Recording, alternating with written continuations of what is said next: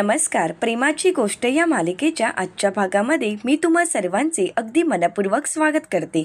आजच्या भागामध्ये आपल्याला पाहायला मिळतं, सागरा मुक्ताला म्हणतो, आपण एक काम करू, आज आपण दोघंही फिरायला जाऊ बाहेर कुठेतरी, चालेल ना? म्हणजे मरीन ड्राईव्ह वगैरे. तर आता मुक्ता म्हणते, आज आणि आत्ता? तर सागर म्हणतो, हो काय झालं, तुम्हीच आता मला म्हणाला ना की तुम्ही मेजर बिझी नाही आहात, मग आपण फिरायला तर जाऊच शकतो ना? तर मुक्ता म्हणते, नाही आता नाही जाऊ शकत. तर सागर विचारतो, का, काय झालंय? तर मुक्ता ही सागरला म्हणते, सागर मी तुम्हाला म्हणाले नव्हते का, माझा एक मित्र आहे आशू, तो मला भेटण्यासाठी क्लिनिकलाच येत आहे आणि म्हणूनच आता आपल्याला जाता येणार नाही. सागर म्हणतो, ठीक आहे, परंतु त्याच्या अर्ध्या तासानंतर तर आपण जाऊ शकतो ना? अर्ध्या तासात तो जाईलच ना, मग त्यानंतर आपण दोघं फिरायला जाऊ शकतो. तर मुक्ता म्हणते, अर्धा तास? नाही नाही सागर, अहो कसं शक्य आहे? अहो कित्येक वर्षानंतर तो मला भेटणार आहे आणि आमच्या गप्पा काही अर्ध्या तासात संपणार आहेत का? नाही, त्यापेक्षा आपण एक काम करू ना, आज आपण नकोच जाऊया. सागर म्हणतो, अहो एवढा वेळ? तर मुक्ता म्हणते, सागर प्लीज. तर सागर म्हणतो, ठीक आहे. तर मुक्ता ही सागरला म्हणते, तुम्ही एक काम करा ना, तुम्हीच इथे क्लिनिकमध्ये या, म्हणजे आपण तिघंही मिळून डिनरला जाऊ. तर सागर म्हणतो, नाही नको, उगाच मी काहीतरी बोलेन त्याला, कारण माझा मूड ठीक नाही आहे, त्यापेक्षा मी घरीच जातो. मुक्ता म्हणते, ठीक आहे सागर, तुम्ही तुमचं काम संपल्यावर घरी जा, मी सुद्धा घरीच येईन. आणि हो सागर, तुमचा जो काही आजचा प्लॅन आहे तो पूर्ण करण्याची जबाबदारी माझी. असं म्हणत मुक्ता ही फोन ठेवते. तर दुसरीकडे मात्र आशू नक्की कोण आहे हा प्रश्न सागरला पडलेला असतो. सागर म्हणू लागतो की नक्की हा आशू कोण आहे? जेव्हापासून त्या आशूचा फोन आला आहे तेव्हापासून त्याच्याच नावाचा जप करत आहेत. खरं तर तो आशू आणि इकडे देशपांडे माझ्या नशिबात राहू आणि केतूसारखे भटकत आहेत. मला काय करावं काहीच कळत नाही, परंतु कसं कळणार हा आशू कोण आहे?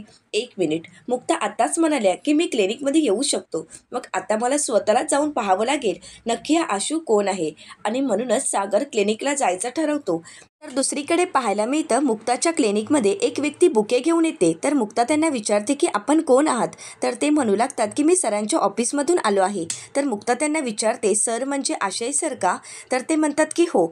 आता त्याचवेळी सागरही तिथे पोचलेला असतो. आता सागर तिथे पोचतो त्यावेळी त्या व्यक्तीला तो पाहतो आणि त्याचवेळी ती व्यक्ती मुक्ताच्या हातामध्ये बुके देत असते. मुक्ता त्यांचे आभार मानते. आता मात्र त्या व्यक्तीला पाहून सागरला हसू येत असतं, कारण सागरचा गैरसमज झालेला असतो की मुक्ताचा फ्रेंड म्हणजे हीच व्यक्ती असू शकते.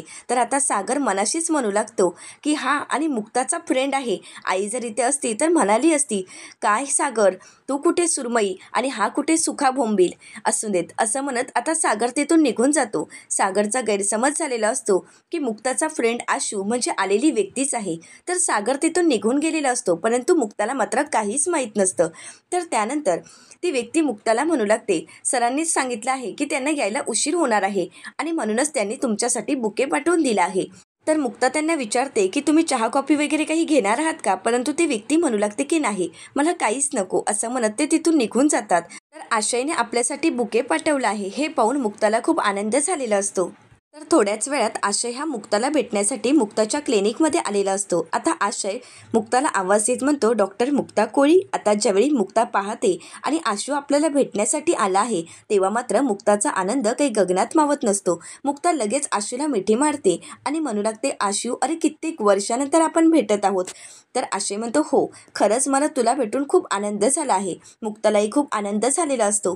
तर त्यानंतर मुक्ता ही आशूला म्हणू लागते, आशू माझ्या सर्व अपॉइंटमेंट मी कॅन्सल केले आहेत, आजचा वेळ फक्त तुझ्यासाठी, आज आपण फक्त गप्पा मारणार आहोत, फक्त गप्पा, असं म्हणत ती आशूला गप्पा मारण्यासाठी वेटिंग रूममध्ये घेऊन जाते. आणि त्यानंतर आशूच्याने तिच्या गप्पा रंगतात. तर आशूने मुक्तासाठी गिफ्ट आणलेलं असतं. तर मुक्ता म्हणते थँक्यू.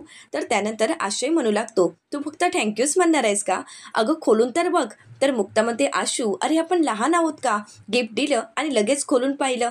तर आशय म्हणू लागतो, ठीक आहे, परंतु गेस्ट तर करू शकतेस? तर आशूला मुक्ता म्हणू लागते, हो तेवढं तर मी नक्कीच करू शकते. आणि मुक्ता ते गिफ्ट गेस्ट करत आशूला म्हणते, तू कॉफी फ्लेवरची चॉकलेट्स माझ्यासाठी आणली आहेस ना? तर आशू म्हणते, अगदी बरोबर. तर मुक्ता म्हणते, अजूनही तुझ्या लक्षात आहे? तर आता आशय म्हणू लागतो, लक्षात आहे? अगं तू अख्खीच्या अख्खी माझ्या लक्षात आहेस, मी कसा विसरेन तुला, सांग ना. अगं तुझ्या होकाराची वाट पाहत पाहत मी आत्तापर्यंत लग्नही केलं नाही. मुक्ता मात्र काहीच बोलत नसते. आशूच्या या जोकवर मुक्ता हसू लागते. तर आशू मुक्ताला म्हणू लागतो, आज माझ्या प्रेमात पडशील, उद्या होकार देशील, नंतर माझ्याशी लग्न करशील, याच विचारात आजपर्यंत होतो, परंतु नाही, तुम्ही कधीच माझ्या प्रेमात पडला नाहीत मॅडम. तर मुक्ता ही आशयला म्हणू लागते, आशू अरे ज्यावेळी तू कॉलेजमध्ये होतास त्यावेळी तुझ्या अंगात ना एक छोटासा फिल्मी किडा होता, परंतु तोच किडा आता खूप मोठा झाला आहे. तर आशय म्हणू लागतो, काय करणार, तुम्ही तर लग्नासाठी होकार दिला नाहीत, मग हा किडा तर मोठा होणारच ना, मग थोडासा बदल तर करावाच लागतो. तर मुक्ता म्हणते, आशू. तर आशय म्हणू लागतो, हो ना, कारण आत्तापर्यंत तुमचीच वाट पाहत राहिलो, परंतु शेवटी काय, तुम्ही तर मला तुमचा एक मित्रच बनवला. तर मुक्ता म्हणते, फक्त मित्र नाही, एक खूप चांगला मित्र. तर आशय म्हणतो की हो. तर त्यानंतर मुक्ता आणि आशय यांच्या गप्पा चालू असतात. आता मज्जा मस्करी करून झाल्यानंतर आशय म्हणू लागतो, जोक्स पार्ट, परंतु तुझ्याबद्दल मला नेहमीच आपुलकी आहे. तुझ्याबद्दलच्या बातम्या नेहमीच माझ्या कानावर येत होत्या. प्रणवचं तुझ्या आयुष्यातून जाणं आणि त्यानंतर तुझं लग्न होणं आणि तू 2 मुलांची आई होणं, तुझं सासर, तुझा नवरा यांना तर मी ओळखतच नाही, परंतु खरंच मला अगदी मनापासून तुझा अभिमानही वाटतो आणि कौतुकही वाटतं. खरं तर मला एक कळत नाही, तुझ्यामध्ये एवढं बळ येतच कुठून. तर त्यानंतर आशय मुक्ताला म्हणू लागतो, हे बघ, आपण लहानपणापासूनच देवांच्या कथा वाचत आलोत, परंतु या कथा खऱ्या अर्थाने जर कोण पाळत असतील आणि जर कोण त्यामधून बोध घेत असतील तर त्या बायकाच आहेत आणि बायकाच ते करू शकतात. तर मुक्ता म्हणू लागते, काय बोलत आहेस आशू, मला काहीच कळालं नाही. तर आशू म्हणू लागतो, हे बघ, आपण तर अगदी लहानपणापासून कृष्णाची कथा ऐकत आलो आहोत, वाचत आलो आहोत. अगं खरं तर कृष्णाची कथा ऐकल्यानंतर प्रत्येकाचंच मन भारावून जातं आणि तीच कथा तुझ्या बाबतीतही खरी ठरत आहे. अगं प्रत्येकाला आपलं स्वतःचं मूल प्रिय असतं, परंतु यशोदाच होती की जिने दुसऱ्याच्या मुलालाही आपलं मूल मानलं होतं आणि आज तू तेच करत आहेस. तर मुक्ताला आशयचं ते बोलणं ऐकून खूप भरून आलेलं असतं. तर आशय म्हणू लागतो, खरं तर तुझा अभिमान वाटत आहे की आज तू 2 मुलांची आई आहेस आणि त्या 2 मुलांना तू आपली मुलं अगदी मनापासून मानत आहेस, खरं तर तुझी मुलं मानत आहेस. खरंच हे किती कठीण असेल ना. तर मुक्ता म्हणू लागते, नाही आशू, ते एवढं डिफिकल्ट नाही आहे, ते खरंच खूप सोपं आहे. ज्यावेळी तू माझ्या मुलांना भेटशील, त्यांच्याशी बोलशील, माझ्या सई माऊला भेटशील, आदित्यला भेटशील, तेव्हा तुला कळेल की खरंच किती सोपं आहे. अरे त्यांनाच कशाला, माझ्या सासरच्या प्रत्येक व्यक्तीला तू भेटू शकतोस, माझ्या नवऱ्याला तू भेट, माझ्या सासू सासऱ्यांना भेट, म्हणजे तुला कळेल. खरं तर हे थोडं डिफिकल्ट होतं सुरुवातीला, परंतु जसजशी मी त्या घरामध्ये रुळू लागली, त्या माणसांना समजून घेऊ लागली, तेव्हा समजलं ही माणसं आपली आहेत आणि मग सगळं काही सोपं होऊन गेलं. आशू, तू एकदा तरी माझ्या घरच्यांना भेट ना. तर मुक्ता म्हणू लागते, आशू तू एक काम करशील का, गणेश चतुर्थीच्या निमित्ताने तू माझ्या घरी ये, म्हणजे माझ्या घरच्यांची आणि तुझी नक्कीच ओळख होईल, त्यांची भेट होईल. तर आता मुक्ता ही आशूला म्हणते, परंतु त्यावेळी अशी कारणं देऊ नकोस, माझं हे काम आहे, माझी ती मीटिंग आहे, हे चालणार नाही. तुला सागरला आणि माझ्या घरच्या सगळ्या व्यक्तींना भेटण्यासाठी यावंच लागणार आहे. तर आशू मुक्ताला म्हणू लागतो, अगं मी यातली कोणती कारणं दिली आहेत का, मला सुद्धा आवडेल ना तुझ्या घरी यायला, मला सुद्धा बघायचं आहे कोण आहे तो मुलगा ज्याने तुझ्याशी लग्न केलं आहे. तर मला असं वाटत आहे की त्याच्या डोळ्यांचं चेकअप तर करावंच लागणार. तर मुक्ता म्हणू लागते, आशू तू माझ्या घरी आल्यानंतर माझ्याबद्दल चांगलंच बोल, कारण कसं आहे, माझा नवरा माझ्यासाठी खूप पॉझिटिव्ह आहे, तो काही ऐकून घेणार नाही. तर आशू म्हणू लागतो, हो का. तर मुक्ता म्हणते, हो. आता ते दोघांची मज्जा मस्करी आणि गप्पाही चालू असतात. तर दुसरीकडे पाहायला मिळतं, कोळी फॅमिली एकत्र येऊन सर्वजण गणपती डेकोरेशन करत असतात. स्वाती, कोमल आणि लकी गणपती डेकोरेशन करत असतात आणि स्वाती ही इंद्राताईंना म्हणू लागते, मम्मी यावर्षीच्या गणपती डेकोरेशनला आपण येल्लोच थीम ठेवूया, म्हणजे कसं खूप छान दिसेल ना. तर लकी म्हणतो, हो ना, फुलांच्या माळा आणि ते डेकोरेशन अगदी मॅच होईल. तर कोमल म्हणू लागते, येल्लोसोबत ग्रीनसुद्धा ठेवू, म्हणजे ते ऑथेंटिक कॉम्बिनेशन वाटेल. तर इंद्राताई म्हणू लागतात, करा, तुम्हाला जसं हवं तसं करा, मी तुम्हाला काही बोलणार नाही. आता घरी गणपती बाप्पा येणार याचा आनंद सई आणि आदित्यला सुद्धा झालेला असतो. आता सई आणि आदित्य मोठमोठ्याने गणपती बाप्पा मोरया असा जयघोष करत टाळ वाजवू लागतात. आता मात्र सर्वजण त्यांना शांत करण्याचा प्रयत्न करतात, परंतु दोघंही काही कोणाचं ऐकून घ्यायला तयारच नसतात. स्वाती म्हणू लागते, अगं जुई झोपली आहे, तुम्ही दोघांनी जरा शांत व्हा ना. परंतु दोघंही काही ऐकून घ्यायला तयार नसतात. इंद्राताई म्हणतात, ही पोरं काही अशी ऐकणारच नाही. इंद्राताई त्या दोघांनाही थांबवतात आणि म्हणू लागतात, काय चाललंय हे. तर आदित्य म्हणू लागतो, अगं आजी, अगं पहिल्यांदाच आपल्या घरी गणपती येणार आहे ना, मग आम्हाला थोडी मजा करू दे ना. तर आता इंद्राताई म्हणतात, अरे मजा तर तुम्ही कराच, परंतु प्रत्येक वेळी गणपती बाप्पा येणार म्हणून असा आनंद व्यक्त करायला हवं असं काहीच नाहीये, कारण गणपती बाप्पा बुद्धीचं दैवत आहे. खरं तर गणपती बाप्पाच्या अशा अनेक गोष्टी आहेत की ज्या तुम्हाला माहीत असणं खूप गरजेचं आहे. परंतु तुम्ही जर शांत राहिलात तर मी तुम्हाला गणपती बाप्पांची गोष्ट सांगणार आहे. तेव्हा मात्र आदित्य आणि सई शांत होतात. तर पुन्हा एकदा आदित्य आणि सई मोठमोठ्याने टाळ वाजवू लागतात आणि गणपती बाप्पांचा जयघोष करू लागतात. इंद्राताई म्हणतात, तुम्ही शांत बसणार आहात की नाही? तर आदित्य म्हणतो, बसणार आहोत. तर आता इंद्राताई त्या दोघांनाही गणपती बाप्पांची गोष्ट सांगू लागतात. इंद्राताई म्हणू लागतात, एकदा काय झालं, भगवान शंकरांना भेटण्यासाठी भगवान परशुराम तिथे आले होते. तर इकडे भगवान शंकर म्हणजे कोण? तर आता सई म्हणू लागते, भगवान शंकर म्हणजे गणपती बाप्पांचे पप्पा. तर त्यानंतर इंद्राताई म्हणू लागतात, अगदी बरोबर. भगवान शंकरांना भेटण्यासाठी भगवान परशुराम तिथे गेले होते, परंतु दारात बसले होते कोण? तर आदित्य म्हणू लागतो, आपले गणपती बाप्पा. तर इंद्राताई म्हणतात की हो, आपले गणपती बाप्पा दारातच बसले होते, कारण भगवान शंकरांनी गणपती बाप्पांना तसं सांगितलं होतं, कोणीही आलं तरी आतमध्ये पाठवून द्यायचं नाही. परंतु साक्षात भगवान परशुरामच गणपती बाप्पांच्या समोर प्रकट झालेले असतात आणि त्यांना भगवान शंकरांना भेटायचं असतं. परंतु भगवान शंकरांनीच गणपती बाप्पांना सांगितलेलं असतं की कोणालाही आतमध्ये सोडू नका. आता त्यांच्या आदेशानुसारच गणपती बाप्पा म्हणतात की नाही, मी तुम्हाला आत जाऊ देऊ शकत नाही. तर आता भगवान परशुराम म्हणू लागतात, नाही, मला काही झालं तरी भगवान शंकरांना भेटायचं आहे, माझं त्यांच्याजवळ खूप महत्त्वपूर्ण काम आहे. परंतु गणपती बाप्पा आदेश पाळत होते आणि त्यांनी त्यांना आतमध्ये पाठवलंच नाही. तर आता सई आणि आदित्य विचारतात, मग मग काय झालं? आता सई आणि आदित्यला पुढची कथा ऐकण्यासाठी खूप उत्सुक झालेले असतात. तर आता इंद्राताई म्हणू लागतात, मग त्या दोघांमध्ये घनघोर असं युद्ध झालं. त्या दोघांनीही एकमेकांचा शब्द खरा ठरवायचा ठरवला. गणपती बाप्पा म्हणत होते की मी आतमध्ये सोडणार नाही. तर भगवान परशुराम म्हणाले, मी आतमध्ये जाणार, मी तुम्हाला सोडणार नाही. आता त्या दोघांची भांडणं तर चालूच असतात. आता त्याच वेळी भगवान परशुरामांनी आपल्या हातामध्ये असलेलं शस्त्र गणपती बाप्पांच्या तोंडावर फेकून मारलं.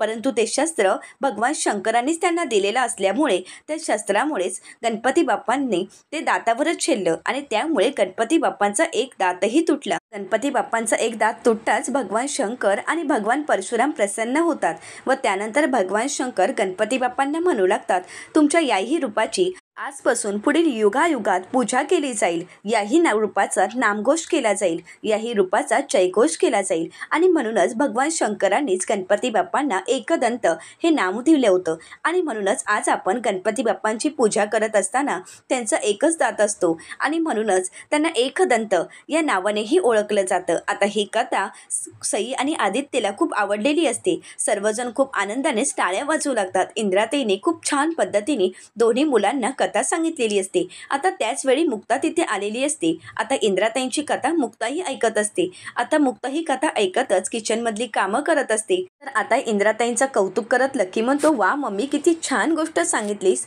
तर त्यानंतर स्वाती म्हणू लागते, यापुढे जुईला गोष्ट सांगून झोपवायची जबाबदारी तुझी. तर आता आदित्य म्हणू लागतो, आजी अजून एक गोष्ट सांग ना. तर इंद्राताई म्हणतात, नाही, तुम्हा दोघांना मोदक आवडतात ना, मग मला मोदकाची तयारी नको का करायला? तर आता सई म्हणू लागते, आजी तू एक काम कर ना, गणपती बाप्पा असेपर्यंत तू रोज आम्हाला एक गणपती बाप्पांची कथा सांग. इंद्राताई म्हणतात, ठीक आहे. आता गणपती बाप्पा असेपर्यंत तुम्हा दोघांना मी रोजच गणपती बाप्पांच्या कथा सांगेन. आता मात्र सई आणि आदित्य खूप खुश होतात. इंद्राताई म्हणतात, अरे तुमची मुक्ताई आली आहे, मग ती खूप दमून आली असेल ना, मग तिला चहा पाणी नको का द्यायला? तर आता सई मागे वळून पाहते आणि म्हणते, मुक्ताई, अगं मुक्ताई तू कधी आलीस? असं म्हणत आता सई धावतच मुक्ताजवळ जाते. तर त्यानंतर मुक्ता ही सईला जवळ घेते आणि आदित्यच्या गालावरून अगदी प्रेमानेच हात फिरवते. तर आता मुक्ता म्हणू लागते, जेव्हा तुम्ही आजीजवळून अगदी मन भरून आणि अगदी मन लावून एकाग्रतेने जेव्हा गोष्ट ऐकत होता ना, तेव्हाच मी आले होते. तर आता सई म्हणू लागते, मुक्ताई अगं तू तेव्हाच आली होतीस? तर मुक्ता म्हणते, हो. तर आता इंद्राताई म्हणतात, अगं परंतु तू आल्या आल्या कामाला का लागलीस? तू दमली असशील ना? तर मुक्ता इंद्राताईंना म्हणू लागते, नाही मम्मी, आज एवढं क्लिनिकमध्ये काम नव्हतं आणि त्यामुळे मला थकायला झालं नाही. आणि तसंही आल्या आल्या तुमची ती कथा ऐकून आणि घरात गणपती बाप्पांचं डेकोरेशन पाहून माझा थकवा अगदी निघून गेला आहे, त्यामुळे मला अजिबात थकवा नाही. आता मात्र मुक्ताच्या चेहऱ्यावरचा तो आनंद आणि उत्साह पाहून इंद्राताईंनाही खूप आनंद वाटत असतो. तर मुक्ता म्हणू लागते, मम्मी आता मी सर्वांसाठी चहा बनवते, आता चहा पिल्यानंतर आपण सर्वांनी एकत्रच मिळून डेकोरेशन करू. तर स्वाती आवाज देत म्हणू लागते, हो ठीक आहे. तर आता सई म्हणू लागते, मुक्ताई तोपर्यंत मी आणि आदिदादा मंडळाच्या गणपतीचं डेकोरेशन पाहून येतो. तर मुक्ता म्हणते की हो ठीक आहे, पळा. आता दोघंही गणपती डेकोरेशन पाहण्यासाठी जात असतात. तर आता मुक्ता ही आदित्यला म्हणू लागते, तिला गेटच्या बाहेर जाऊ देऊ नकोस. तर आदित्य म्हणतो की हो, नाही जाऊ देणार. तर त्यानंतर मुक्ता ही इंद्राताईंना विचारते, मम्मी आपण उद्या उकडीचे मोदक बनवणार आहोत ना, त्याची तयारी आपण उद्याच करूया का?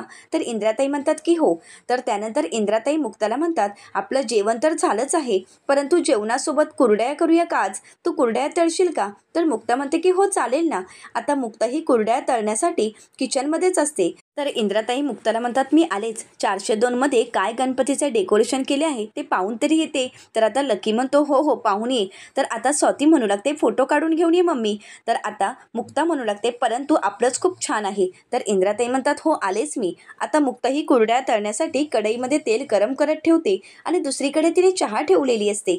आता त्याच वेळी तिथे सावनी येते आणि म्हणू लागते, अरे बापरे, सर्वजण काही ना काही काम करत आहेत, मी काही मदत करू का? तर मुक्ता ही सावनीला म्हणते, नाही नको, मी करेन. असं म्हणत आता मुक्ता आपल्या कामांची आवरावर करत असते. आता मुक्ताने गॅसवर तर गरम तेल ठेवलेलं असतं आणि त्याचवेळी मुक्ता तिथेच पाणी पित असते, परंतु नकळतपणे पाण्याचा थेंब तेलामध्ये पडतो आणि मोठ्याने तेल अंगावर उडू लागतं. आता त्याचवेळी सावनी मुक्ताला त्यापासून वाचवते आणि त्यावेळी सावनीचा हात भाजलेला असतो. मुक्ता म्हणू लागते, अरे बापरे, तुमच्या हातावर तर गरम तेल पडलं आहे. मुक्ताला सावनीची खूप काळजी वाटत असते. तर सावनी म्हणू लागते, ठीक आहे, तू भाजली असतीस ना. तर मुक्ता म्हणू लागते, थँक्यू, तुम्ही मला वाचवलंत, परंतु तुम्ही आता तुमचा हात पाण्याखाली धरा बघू, खरंच तुम्हाला त्रास होत असेल ना, माठातलं पाणी थोडं थंड असतं. असं म्हणत मुक्ताही सावनीचे आभार मानत म्हणते, थँक्यू, आज तुमच्यामुळे मी वाचली. आता मात्र मुक्ता तिथून निघून गेल्यानंतर सावनी मनाशीच म्हणते की आज तर तू वाचली नाहीस, खरं तर मीच तुला वाचवलं आहे, कारण पुढे जाऊन मला तुला बर्बाद करायचं आहे. तुला असं काय बर्बाद करायचं आहे? कारण मुक्ता, मला तुला छोटे मोठे घाव द्यायचेच नाही आहेत. असं काही घाव द्यायचा आहे की ज्याची जखम आयुष्यात कधीही भरून निघणार नाही. मुक्ता, मी तुला आता असा घाव देणार आहे ना की आयुष्यात तू कधीही विसरू शकत नाही. मुक्ता, आतापर्यंत तुझ्या प्रत्येक गोष्टी मी सहन केल्या, परंतु आता नाही. आता तर माझ्या हाती लकी नावाचं हत्यारही लागलं आहे आणि आता तर मला उद्याच्या दिवसाची खूप आतुरता आहे, कारण उद्या तर मी तुझ्या आयुष्याची बरबादीला सुरुवात करणार आहे. आता लकी नावाच्या हत्याराचा असा पुरेपूर वापर करेन, मला माहीत आहे तू याचा सामनाही करशील, परंतु तेच तर मला हवं आहे. मी तुला कधीही जिंकू देणार नाही. या गणेश चतुर्थीला तुझ्या सुखी संसाराच्या इमेजचं मी विसर्जन करणार आहे. असं म्हणत सावनी मुक्ताकडे रागानेच पाहत असते. आता सागर, लकी, आदित्य, सई आणि कोमल सर्वजण मिळून गणपती बाप्पांची मूर्ती घेऊन आलेले असतात. सर्वजण गणपती बाप्पांचा जयघोष करत असतात. आता मुक्ता आणि इंद्राताई गणपती बाप्पांचं औक्षण करतात. आता गणपती बाप्पांचं औक्षण करून झाल्यानंतर अगदी सर्वजण थाटामाटात गणपती बाप्पांचं स्वागत करतात. आता गणपती बाप्पांचं स्वागत करून झाल्यानंतर सर्वजण एकत्र मिळून गणपती बाप्पांची आरती करतात. आता सागरनंतर मुलंही पंचरती घेतात आणि गणपती बाप्पांना औक्षण करत त्यांची आरती करत असतात. सर्वजण खूप खुश असतात, अगदी आनंदाचं वातावरण असतं. सर्वजण आरती करून झाल्यानंतर गणपती बाप्पांचा जयघोष करतात आणि सर्वजण मोदक खात असतात. आता त्याचवेळी लकी गणपती बाप्पांचा फोटो काढत असतो, तर दुसरीकडे दरवाजाची बेल वाजते आणि म्हणूनच मुक्ता बाहेर येऊन पाहते, तर मुक्ताचा मित्र आशू त्यांच्या घरी भेटण्यासाठी आलेला असतो. आशूला पाहून मुक्ता ही आशूला विचारते, आशू तू आत्ता आलास, मला वाटलं होतं की तू संध्याकाळी येशील. तर आशू म्हणू लागतो, ओके ठीक आहे, मग मी आता परत जातो आणि संध्याकाळी येतो. तर आता मुक्ता ही आशूला म्हणते, ओके. तर आशू हा जायला निघालेला असतो, तर मुक्ता म्हणते, अरे थांब, कुठे निघालायस, चल आता आलायस तर. असं म्हणत आता मुक्ता आशूला आतमध्ये घेऊन येते. आता आशूला घेऊन येताच मुक्ता ही इंद्राताईंची ओळख करून देत म्हणते, मम्मी, मी तुम्हाला म्हणाले होते ना की माझा स्कूलमधला फ्रेंड आला आहे, तो हाच आहे आशू. असं म्हणत मुक्ता ही आशूची ओळख करून देत सर्वांनाच म्हणू लागते की हा माझा बालपणीचा मित्र. आता मात्र सागरला तर धक्काच बसतो. सागर विचार करू लागतो, मी तर क्लिनिकमध्ये पाहिला होता, तो तर दुसराच माणूस होता आणि हे आता व्यक्ती कोण आहे? परंतु त्याच वेळी आशयाची व्यक्ती ती सर्व गिफ्ट घेऊन आतमध्ये आलेले असतात आणि म्हणू लागतात, सर ही सर्व गिफ्ट. आता मात्र सागरच्या डोक्यातील गुंता मिटलेला असतो. सागरच्या लक्षात येतं की ज्या व्यक्तीला आपण पाहिलं होतं ती व्यक्ती आशू नसून दुसरीच होती. तर त्यानंतर सागर म्हणू लागतो की या व्यक्तीला मी कुठेतरी पाहिलं आहे. आता मात्र सागरच्या लक्षात येतं. सागर म्हणू लागतो, हां, ही तीच व्यक्ती आहे की ज्याने माझे कपडे खराब केले होते. आता मात्र आज सागर खूप नर्वस असतो. आता त्याच वेळी सावनी ही सागरकडे पाहते. आता सागरचा तो उतरलेला चेहरा पाहून सावनीला मात्र खूप आनंद झालेला असतो. आता आशूला पाहून सागरला मात्र खूप राग येत असतो. पुढील भागामध्ये आपल्याला पाहायला मिळतं, आशू सर्वांना म्हणू लागतो, खरंच तुम्ही सर्वजण खूप छान दिसत आहात. मग या आठवणींचा एक फोटो तर निघालाच पाहिजे. आपण सर्वजण फोटो काढूयात का? तर मुक्ता म्हणते, हो ठीक आहे. आता सर्वजण फोटोसाठी बसलेले असतात. तर आता आशू सर्वांचा फोटो काढत असतो. तर आता सावनी ही सागरकडे जाते आणि सागरला म्हणते की हाच आहे ना मुक्ताचा मित्र आशय. आता मात्र सागर काहीच बोलत नाही. तर सावनी म्हणू लागते, हा मित्र आल्यापासून मुक्ताचा तुझ्याजवळ दुर्लक्षच होऊ लागला आहे ना. आता मात्र सागरला खूप वाईट वाटत असतं. तर त्यानंतर सावनीमध्ये सावध हो, हिस्ट्री पुन्हा रिपीट नको व्हायला. आता मात्र सावनीचं हे बोलणं ऐकून सागरचा राग अनावर होतो. सागरचा खूप मनस्ताप होतो आणि तो रागानेच आशयकडे पाहू लागतो. आता सागर पुढे कोणतं पाऊल उचलेल आणि मुक्ता सागरची समजूत कशा प्रकारे काढेल आणि आपल्या नात्यातील हा गुंता कशा प्रकारे सोडवेल हे पाहणं अतिशय रंजक ठरणार आहे. अशाच मालिकेचे नवनवीन अपडेट पाहण्यासाठी चॅनलला नक्कीच सबस्क्राईब करा. आजचा व्हिडिओ तुम्हाला कसा वाटला हे कमेंट करून नक्कीच कळवा. आजचा व्हिडिओ जर तुम्हाला आवडला असेल तर व्हिडिओला लाईक करायला विसरू नका आणि व्हिडिओ पाहिल्याबद्दल तुम्हा सर्वांचेच अगदी मनपूर्वक धन्यवाद.